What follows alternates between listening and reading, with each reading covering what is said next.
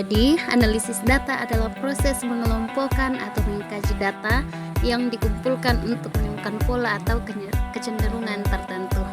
Sedangkan interpretasi data adalah proses memberi makna terhadap hasil analisis. Kemudian yang kedua, pentingnya interpretasi data dalam PTK. Ada beberapa hal yang penting. Yang pertama ialah menilai keberhasilan tindakan.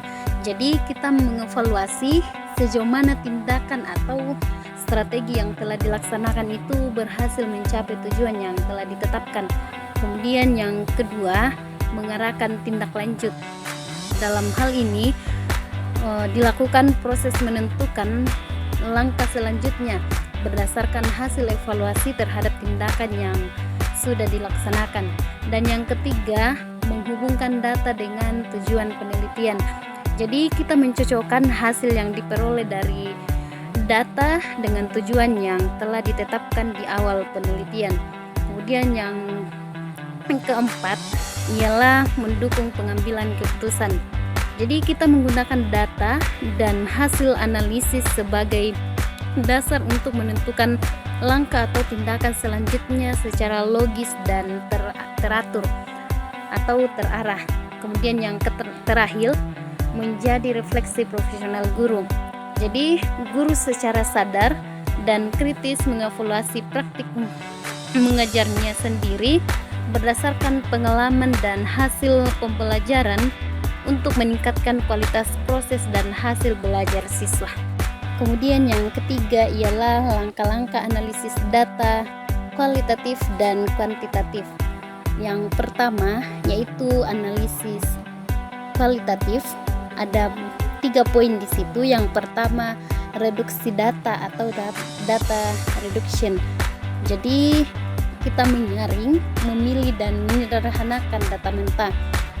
Dan yang kedua, penyajian data atau data display. Jadi kita menyusun data secara sistematis dalam bentuk narasi, tabel atau diagram. Dan yang ketiga, penarikan kesimpulan dan verifikasi.